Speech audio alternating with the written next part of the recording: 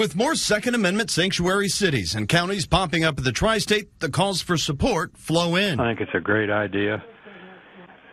This red flag law is opening up a can of worms. It's going to be unbelievable. Glad to see Claremont County declaring a Second Amendment right for everybody that lives there. It's that time for the rest of the state and all the counties and the rest of the state to do the same thing. Give the rights back to the people. Quit letting the government try to run our lives. We are the government, not them. One caller sees the sanctuary status as a misfire. I do believe you have the right to bear arms, but I believe there should be stricter gun laws. I do hope that governor changes the laws.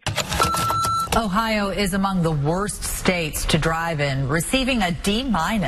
According to QuoteWizard.com, Ohio is ranked the 8th worst driving state. I totally agree with that. I have seen too many people go through too many red lights and not stop for a stop sign. We're just getting too ridiculous in that matter. Every day it's getting worse and worse. These people think that they own the road and get out of my way or I'll kill you. Dude, I drive everywhere. And listen, the people here are halfway sane as far as driving is concerned. Burrow hoping to put an exclamation mark to a Heisman Trophy winning season.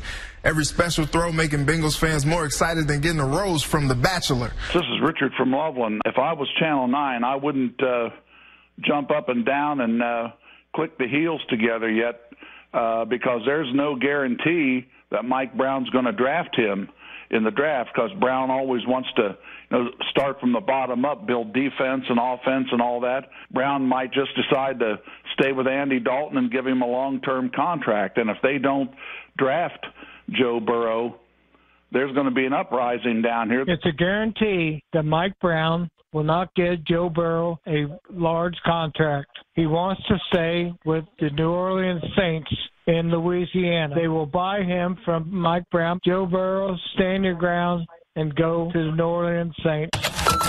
Joyce from Williamsburg. There's a rumor that if Donald Trump is impeached, that the Speaker of the House moves up to the vice presidency.